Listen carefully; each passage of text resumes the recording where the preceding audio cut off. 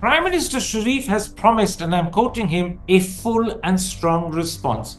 Khawaja Asif, your defense minister, has said, and again I'm quoting him, we will give a far greater response than their strike. Do you have any sense of what this might entail and when it might happen? It all, I think it already happened. Pakistan and the Indian struck first. 6 places were attacked, and some civilians were killed. And immediately the Pakistani response came. And I think that what exactly Prime Minister and the Defense Minister were referring to.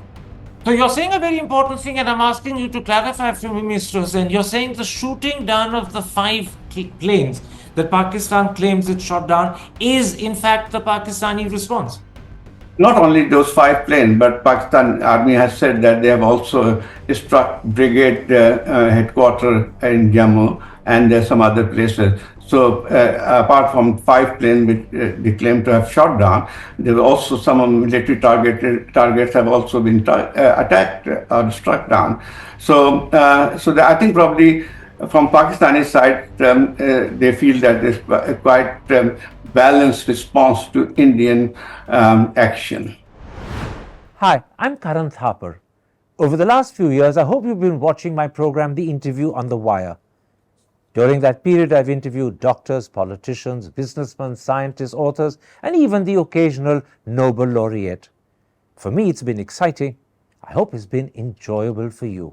But these, as you know, are tough times, and if this program is going to remain bold, independent, and sometimes even defiant, then I think we need your support. At the end of the day, it's a truism, but editorial independence is best defended by the viewers. So if you would like this program to remain the way it is, forthright, outspoken, and interesting, then would you consider supporting us? All you have to do is to click on the description at the bottom. But more than anything else, I hope you will continue to watch the interview.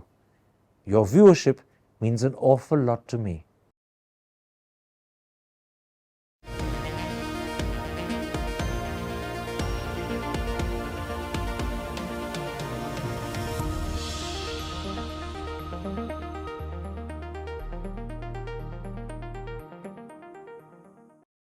Hello and welcome to a special interview for The Wire.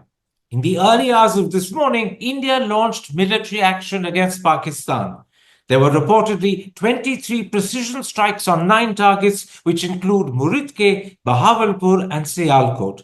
Indian television claims that 70 terrorists have been killed. Pakistan claims that 5 Indian planes have been shot down. Reuters and AP, CNN, and BBC have carried similar reports. So today we ask, how is all of this viewed in Pakistan? What response does public opinion in Pakistan anticipate? And could the two countries be on the brink of war? Joining me from Islamabad is the well-known columnist of Pakistan's Dawn newspaper and a reputed author, Zahid Hussain.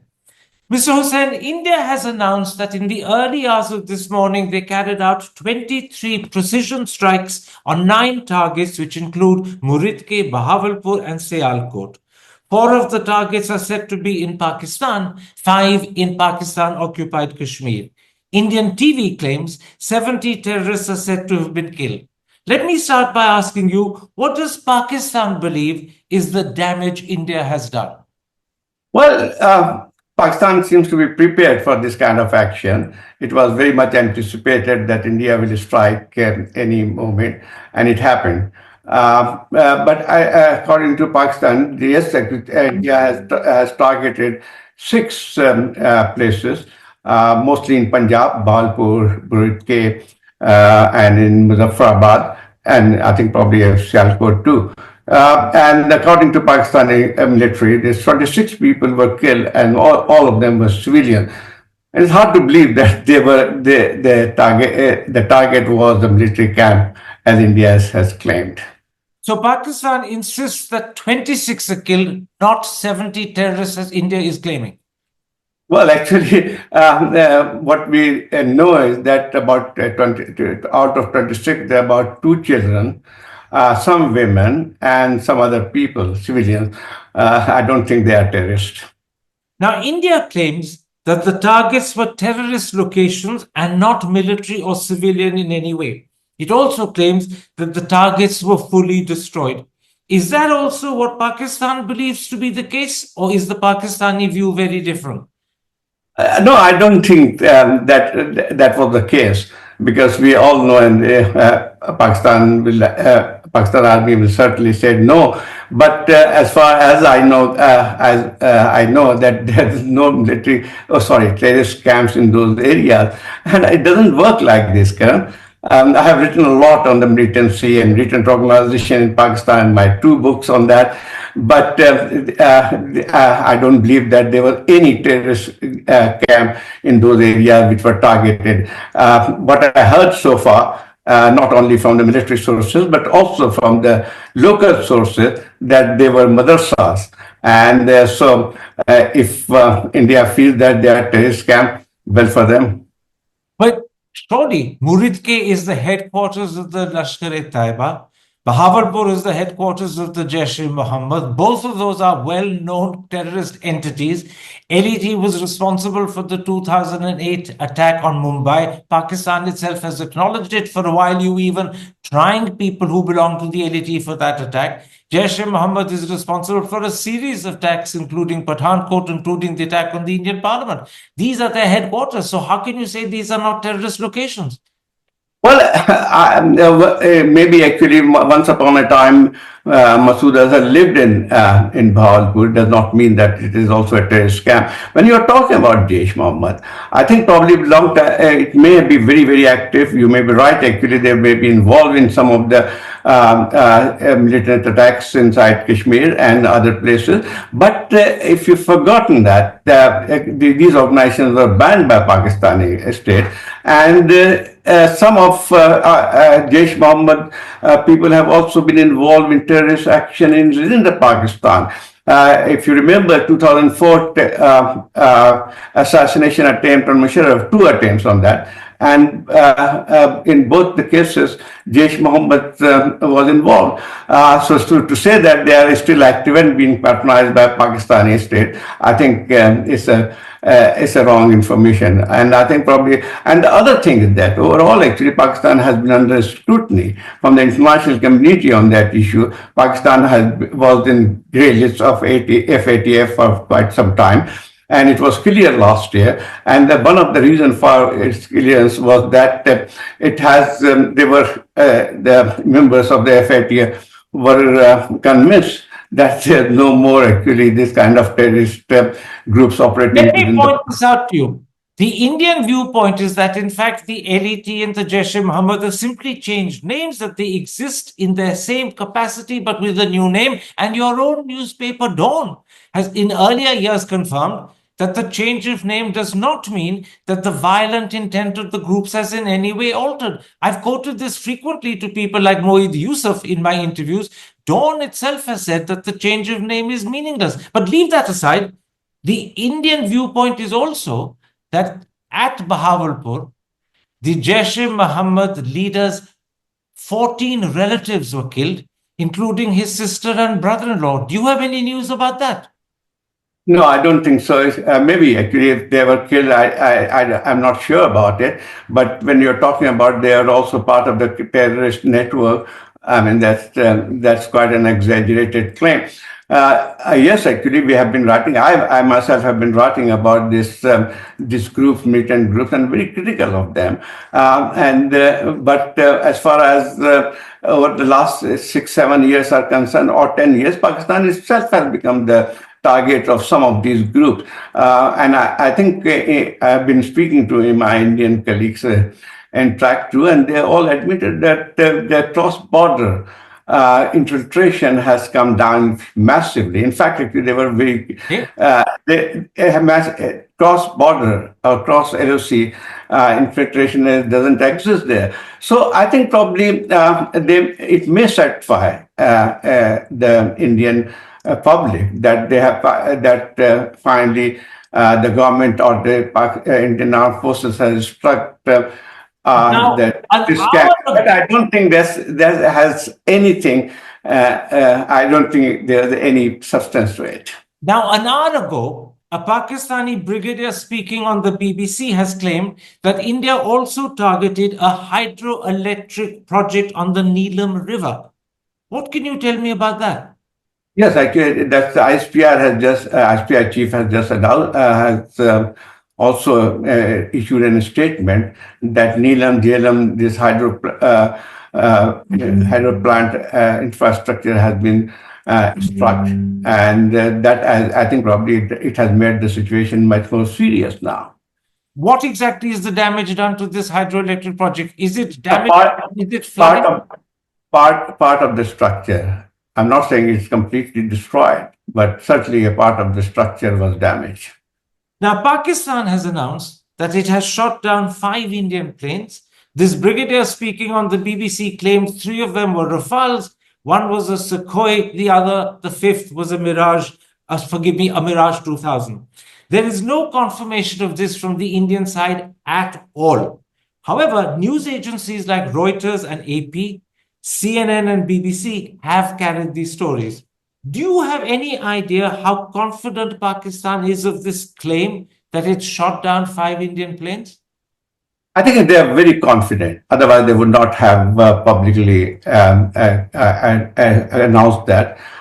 If they were not convinced, that would have been a great risk if they had claimed any this kind of fabricated claim. There was any fabricated claim. So I think probably when they announced only after they were convinced that they were shot down.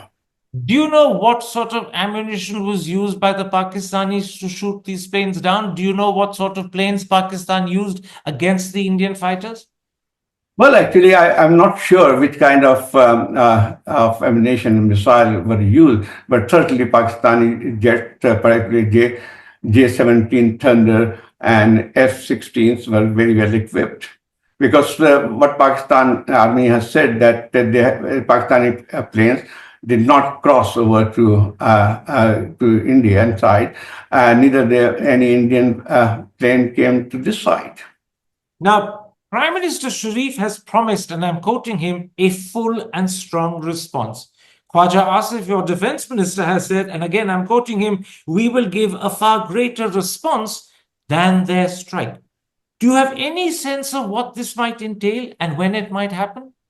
It all, I think it already happened. Pakistan and the Indian struck first. 6 places were attacked, and some civilians were killed, and immediately the Pakistani response came. And I think that what exactly Prime Minister and the Defense Minister were referring to.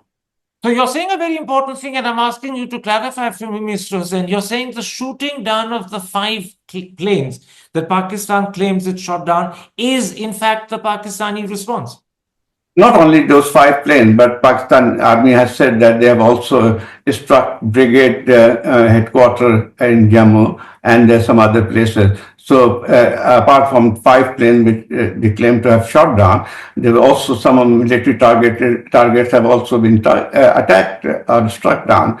So I think probably from Pakistani side, they feel that there's a quite balanced response to Indian action.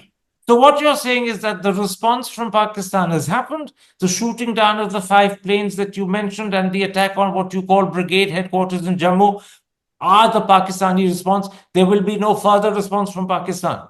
I don't know. It all depends actually what does India do next.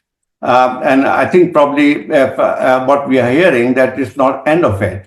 So if India does anything else or strike some other places or any civilian or military target, then I think probably the response will come immediately. This is particularly important, the point you're making, because the expectation in India is that we are still awaiting to see whether there will be a response from Pakistan. You're saying to me that response has already happened. It was in the shape and form of shooting down 5 Indian planes, which you claim you shot down, and also attacking, as you said, Brigade Headquarters in Jammu. So the expectation on the Indian side that there will be a Pakistani response still to come is actually, you're saying, mistaken. That response has happened.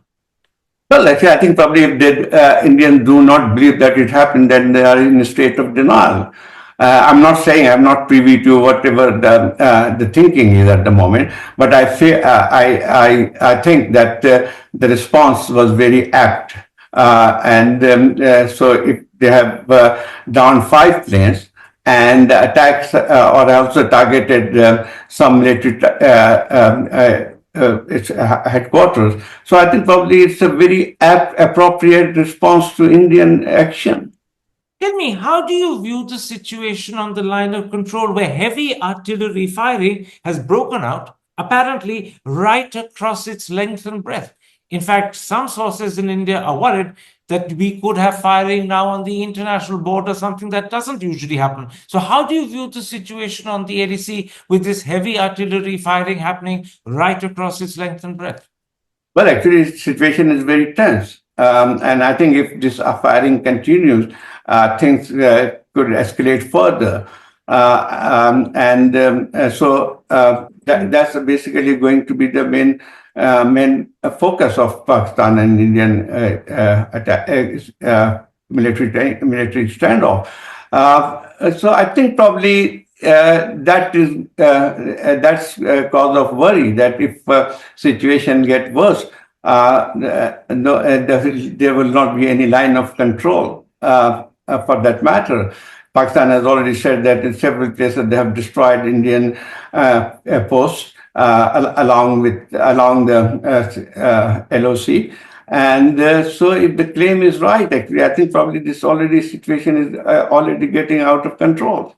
Tell me, do you fear that the situation could spiral up the escalation ladder to the point of war? Very much, actually, because one can start war. One can think that they can achieve their objective, but one is not sure what are the response from the other country. So in this kind of situation, particularly India and Pakistan, where both the countries are so neighbors and also nuclear armed, things can get out of control, and we have seen in the past until unless some kind of sanity comes in, and India is willing to listen to the international community, because Pakistan has been saying all along that it's prepared for some kind of international investigation whether Pakistan was involved in any way in that terrorist attack. So I think probably from Pakistani side, Pakistan does not want to escalate the situation. It is not in the interest of Pakistan, and certainly. But one thing is very clear, that there will be a strong response to whatever India does. My last question, Mr. Hussain, as we speak, and we're speaking roughly some 12 hours after the attack on Pakistani targets happened last night, what is the mood in your country? How has public opinion in Pakistan responded to last night's developments, both what India did and Pakistan's response? Well, it's still very calm here. It's not like I don't think there's any panic or war hysteria. Well, actually, if something more happened or if the situation of control or further escalation takes place, then certainly there will be mass mobilization. So far, I have not seen any kind of sense of panic here. So you're saying the situation in Pakistan is calm, there's no sense of panic. Is there a sense of concern?